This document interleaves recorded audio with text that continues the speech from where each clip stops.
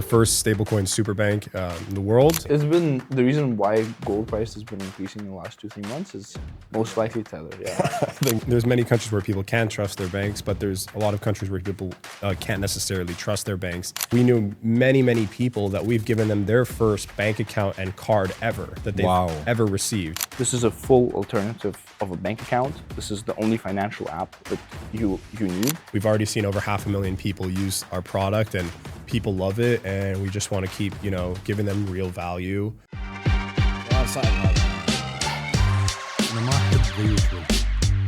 غير نمط حياتي. تجربة إنسانية. يلا. إحنا في TenCast بنسافر بالزمن كتير. So we got Seth and we got George here from Chem. All right, guys, this podcast is a very different one from the ones that we've done before because usually there's just one person. I'm staring right into their soul the whole time and asking them all the deep and the right questions about their life and the business, etc. But this time we're going to allow you guys to talk a little bit more. Tell us what you do, what is Chem all about, how are you guys changing like the cryptocurrency world, and so just the mic is yours. Yeah, thank you so much for having us. So George and I are the founders of Chem. Yeah, we're the founders of Chem, the first stablecoin super bank in the world, and we're backed by Tether, a USDT. And so essentially what Chem does is we give people access all across MENA and the world to an array of financial services, spending, sending, purchasing Bitcoin, gold even. And this is all powered by the breakthrough technology that is stablecoins, USDT, which essentially is a digital dollar pegged one-to-one with the US dollar. So we give people access to the dollar worldwide, a stable currency where in many countries there's hyperinflation, and so they aren't able to get the dollar through maybe bank accounts in the US, but this dollar digitally lives everywhere in the world. And so, of course, why this is so important, and the why question is that in this new age with AI, computational and physics-based currencies are becoming incredibly important, like Bitcoin, given that compute will be the new currency of the world. And, numbers in a bank server won't be as important as computable money. And that is where stablecoin comes into this whole equation. And Chem is sitting at the forefront of that. Amazing. So you guys are at the forefront of this, right? Embracing stablecoins, mainly USDT, and also Tether Gold as well, right? So talk to us about your individual roles as well. Sure. Yeah. So I'm. We're both co-founders. There's 3 co-founders. I'm mostly in charge of the finance side and operations. Seth is the CEO. We wear many hats. We kind of do everything. We have a very lean team. We try to run as lean as possible. We have under 10 full-time employees. Wow. So it's really it is really a product that's catering to a huge audience. We have already over 500,000 downloads with a very small team, and we're super proud of that. That's amazing. Yeah. So lean and mean. Exactly. That's how you got to do it. All right. So talk to me about the history of Tether so far, from founding all the way up until now, and also the future as well. Yeah. So Tether was founded over 10 years ago by these Italian guys. The reason why they built it, at first, it was very different from the use case that it has now.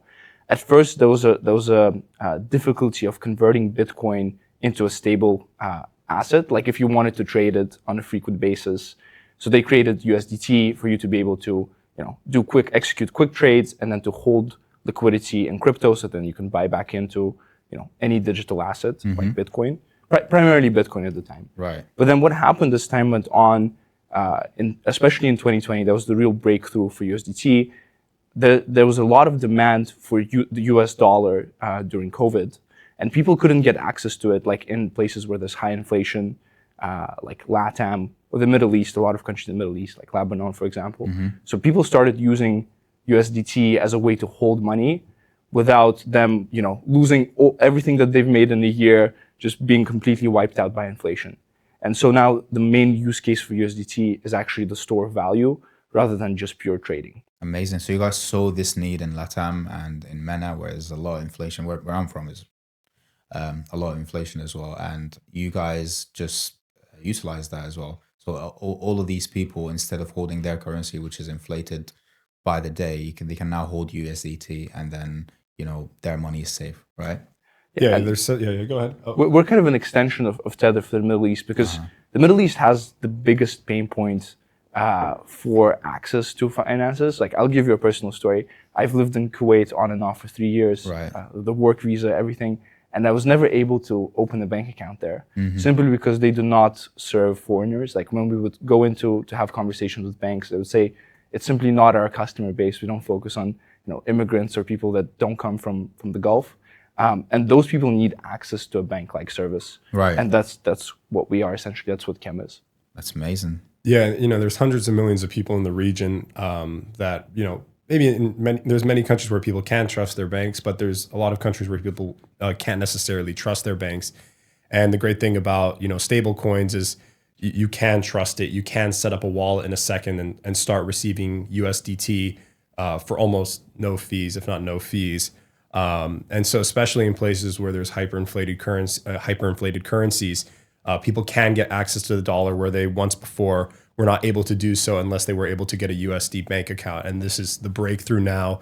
And that's why we're seeing stablecoins process more volume than Visa and MasterCard combined, which is like incredible. And many people didn't expect this, but now it's rapidly growing so fast. It's almost exponential. Yeah. And just more and more people all across the world. We've seen in MENA, in Egypt, in Saudi Arabia, in Kuwait, in the UAE, Iraq, Jordan, everywhere. They're adopting stable coins, especially Turkey. Actually, Turkey's a great example. They're one of the biggest adopters of it because the lira has performed so poorly. So they need a way to actually store value without that, losing their money essentially by holding something like the Turkish lira. Of course. So you guys gave me a couple of very interesting statistics about Tether and Tether Gold. I really want our viewers to hear this, to be honest. Yeah, so Tether Gold is actually one of the largest holders of gold in the world. They are the largest non-central bank holder of gold in the world. Wow. So considering, the top, outside of the top 6 central banks, Tether is the largest holder of gold. And they launched their product, XAUT Tether Gold, which essentially allows people to buy, sell, and trade gold anywhere on the internet. And so they can purchase gold and it matches the price of gold exactly in the moment. And so they hold over $1 billion in gold reserves in Swiss vaults. I think it's even close to 2 billion at this point. They're just scaling super, super fast. And it's also very popular in this region specifically, since gold is a halal asset. Yeah. So we actually see a lot of potential in Tether Gold. And one insight we'll share on a recent meeting we had with the Tether people, they told us that in the next 5 to 10 years, they see Tether Gold having a larger market cap than USDT. Wow. And USDT has a almost $200 billion market cap. So they're very bullish on this product. It's almost that we're going back in time where gold was the currency, but now we're digitalizing it, right? So instead of me holding like a big, sack of like gold coins, I'm holding my phone and I know it's stored somewhere in Switzerland, but I'm also like trading it at the same time. Yeah, absolutely. Because, there's underlying value to the asset that you're holding. And we originally, the US dollar was on the gold standard. Many of the currencies that we know today were on the gold standard. And I think now that times are kind of changing, people are realizing that they would much rather hold something like gold or a computational currency like Bitcoin. And that's, I think, where the world is going, where there has to be some kind of underlying value. And that's why Tether Gold has performed so incredibly well over the last few years. So I think it's just going to continue to perform better and better. And we've already, distributed Tether Gold to so many users, and we've seen how popular it is for the Middle East in particular. So we're super, super excited about it. So let's talk more about Kim, right? So I'm a normal person. I'm employed. I'm not necessarily an entrepreneur. I'm not necessarily super rich. I just deal in my day-to-day life, like buying coffee, paying rent, all of this. How does Chem position itself for someone like me, which is most people, let's say? I'm not talking about me, I'm just giving an example. But most people, how does Chem tailor for this? And also what is Chem going to do in the future as well to make it kind of like a normal banking fiat app as well? Yeah. When it comes to usability. That's literally it. Basically, the way we position ourselves is that this is a full alternative of a bank account. This is the only financial app that you need. Yeah. And in the future, it's going to become even more of a no-brainer in terms of switching from bank accounts. But Right. basically, you can use this for everything. You can use this to receive your salary, you can receive it in fiat, and it automatically converts into crypto. You can use it as a store of value for savings. We pay 5.5% yield on USD savings, which Wow. is much higher than bank accounts. Yeah. You can send money to anyone in your contact list, and you can spend with our card, which basically replaces the whole banking. You're talking about yourself. You only use Cam now, right? Yeah, I've debanked myself. I've Amazing. debanked myself. Amazing. Yeah, and the card pays 3% Bitcoin cashback as well, which is another thing. So not only are like most of our rates beating banks, we're also able to onboard you faster than a bank. Yes. And give you access to USDT, Tether Gold, Bitcoin, of course, Ethereum, access to these savings accounts, being able to send money, purchase eSIMs. So we already are a better offering than your bank, and we're able to get you on there quicker, get you a card in less than 2 minutes. Yeah, Wow. the onboarding takes around 1 minute with document uploads. With bank Guys, accounts, if I may jump in here, so I have a business that's registered in the UAE, and for me to get a corporate bank account, like a business bank account, this process was tedious. I'm not going to name the bank. I'm not going to name and shame because I have a bank account with them now. But yeah, it was tedious. So much so that I had to post a tweet that they're taking so long for them to actually, give me attention and be like, all right, cool, we're going to onboard you now. It was so great. And hearing that in 1 or 2 minutes, I can just have a full-on functioning USDT and Tether-backed bank account. It's crazy. That's crazy. Yeah, and Tether's, it's a company of trust, right? And I think that when you look at the bank's reserve requirements, they're lending out almost 90% of your money, whereas the reserves that Tether has is, much, much higher. So your money is actually much safer when you're holding it in USDT versus actually holding it in a bank. And so not only is it a speed experience that's much better and onboarding, getting access to your services, but also the safety that's associated with these platforms is much greater than your traditional bank as well. Amazing. Guys, Timothy Lee, who is your advisor, he says it will be the next PayPal, right? I'm glad you brought up Tim. Tim's the OG mentor. Was this always your aim, like to be the next like super bank or payment processing? So I think to give you a little bit of background about where we first started, we actually started in like traditional finance, or they call it TradFi. When we had originally built Chem, we tried to integrate it with the banking system. This was before we realized we could do this with stablecoins. And we've always been builders. We've always been making products. We've always been working on startups. And when we had first started, we had integrated to the banks and we had a product and we were processing payments and it had gone well in the very beginning. But then we had just realized there was so many blockers and obstacles that would put in your way, and not just speaking from like a paperwork standpoint, but also just technically speaking. Networks were very slow. Settlements were very slow. And originally we wanted to build this product for Kuwait when we first started, because we had just seen that, how they were sending money in the country versus back in the United States with apps like Cash App, it was so slow, a terrible experience. I have People so were many getting business ripped off. partners in Kuwait, and it's still the case, to be honest. It's still the case. It's very hard. And then like if you build, what we realized very quickly is that if you build the TradFi app where you use the regular banking rails and regular cards, you can't scale. You can only be in one region, and then you have to go country by country getting multiple licenses. There's an insane amount of bureaucracy. Yes. As soon as you switch into crypto, all of that's gone. You're borderless on day one. Right. Okay. And to make the point about PayPal, I think the goal is to scale this thing to 4 billion in transaction volume. We love what we're building, and we're gonna see it through to the very end. And we've already seen over 500,000 people use our product, and people love it. And we just want to keep giving them real value.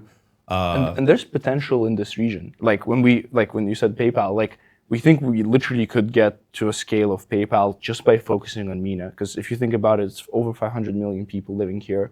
70% of them are either underbanked or unbanked. So the opportunity is massive. Amazing. And to touch on MENA as well, to kind of bounce off what George was saying, is every time I come back to Abu Dhabi, every time I come back to Dubai, it gets more developed. Yes. More people are coming here.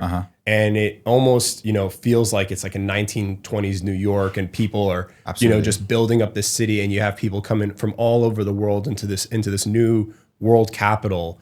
When we were in Abu Dhabi, you're seeing people from China, you're seeing people from India, you're seeing people from everywhere, Russia, whatever, all over the world. And they're all setting up business here. They're all setting up their lives here. They're bringing their families here. The real estate market is booming. And I think that this region, and not just the UAE, but also Saudi Arabia, is just going to continue to grow. And there's a great opportunity here. And I think that this is going to potentially be the capital of the world in the next 10 years. It's already, if not, it already is. Yeah. And that's why we positioned ourselves here in particular. And instead of trying to, work with, the traditional banking system, what you see when you look at the history of money in the world, usually countries, you have, for example, the United States, they went through checks, they went through cards. Korea, they didn't have checks, they went straight to cards. And Africa and the Middle East, they jumped straight to cards, right? And so now everyone's jumping straight to stable coins and straight to Bitcoin and computational currencies. And the government is doing a really good job, especially in UAE and Bahrain and all over the Gulf, in terms of like the stablecoin regulation. They're working very closely with Tether. Licenses are becoming much easier to acquire. So they're really positioning themselves to lead this crypto boom. Guys, I'm loving this conversation. I'm not gonna lie. We're loving it too. Yeah. So, all right. So let's jump back. It's great that you mentioned history. I want to hear more about the history of Chem as well. How did the name come about? How did you guys position yourself where you are right now? And also after that, I want to touch a little bit on the future as well. Sure. So actually, Chem, you speak Arabic, is actually the word for, Chem, how much in Arabic. Yeah. Chem hada, so it's a word that's central to most conversations related to finance. You're asking how much is something. Yes. And that's how we originally designed it. And so if you look at our logo, it's actually almost a calligraphic, symbol that represents the kaf in Arabic. So wow. That's where the name came up originally. And like I mentioned earlier, we started as a traditional finance application to smoothen the way money moves in Kuwait.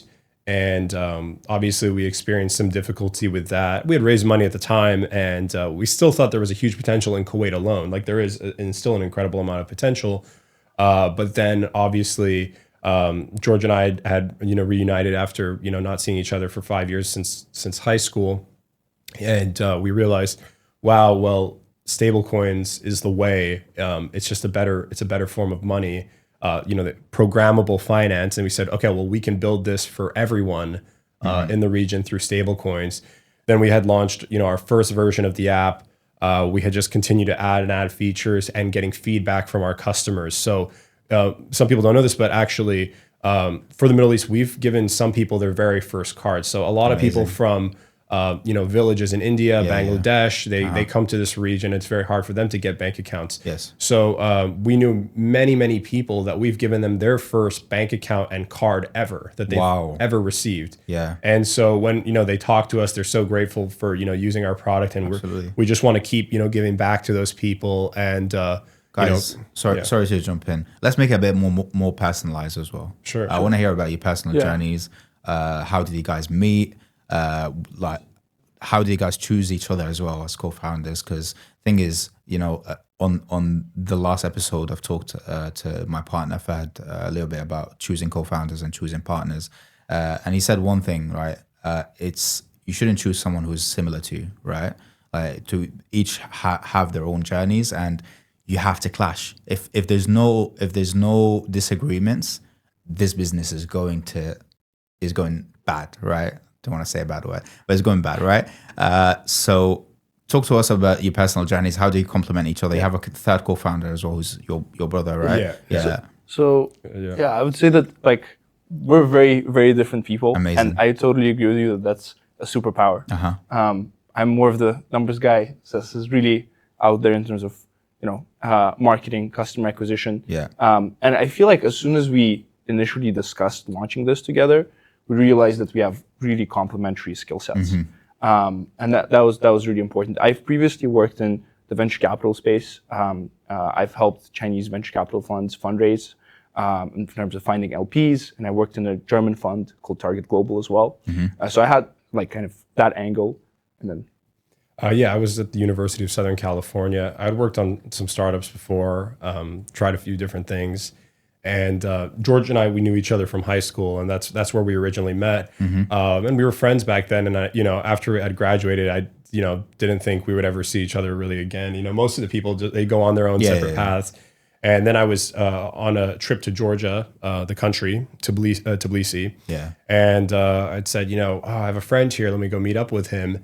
And I met up with George, and I'd seen that he'd been working in venture capital, and I was trying to acquire more talent and work on raising more capital, because with a business like this, it's very capital intensive. You need to raise a lot of money for it, and Tether obviously gave us a $3 million round, and so you need that money to build something like this, and you need developers. And George helped me find capital, find the talent, and when it comes to obviously butting heads and disagreements, I think that's, very much our work style is amazing. You always challenge each other on everything. And it's very important. Everyone in the team has to challenge each other on ideas. So sometimes I'll get challenged on an idea and, I maybe win that debate, or maybe I don't win that debate, but it's something that we're all willing to accept in order for the pursuit of greatness and the pursuit of making the best possible product.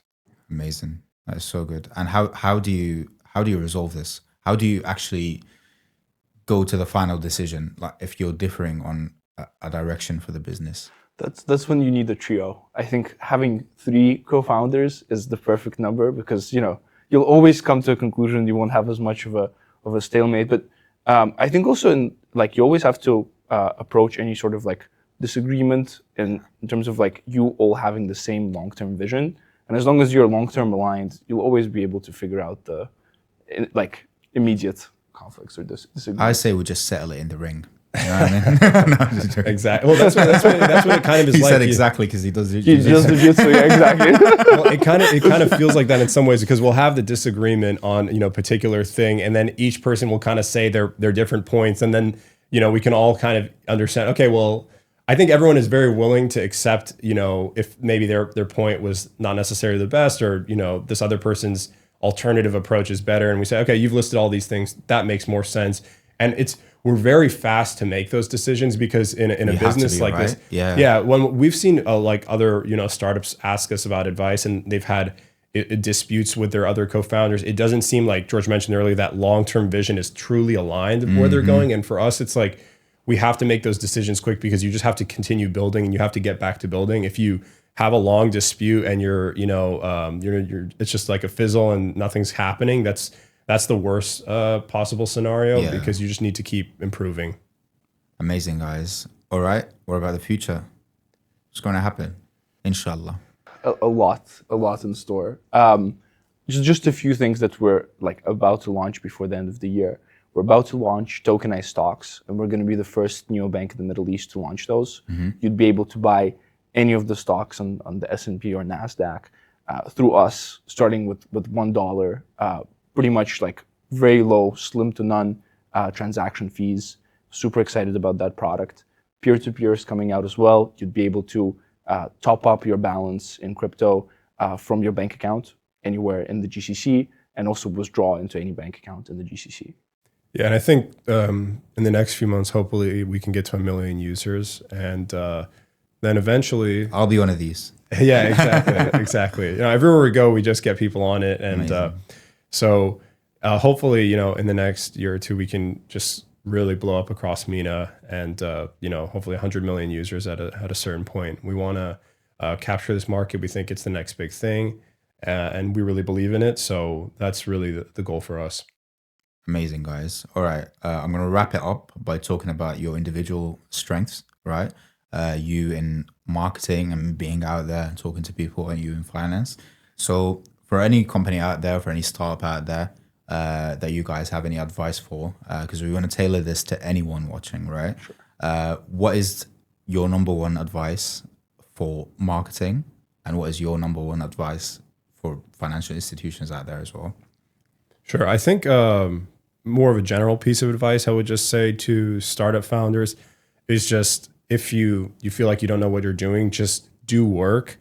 And even if that work gets wasted, it will maybe reveal what you need to be doing. And that's kind of how we always are is we're just, continuously working on some particular task. You have to be working on some particular task.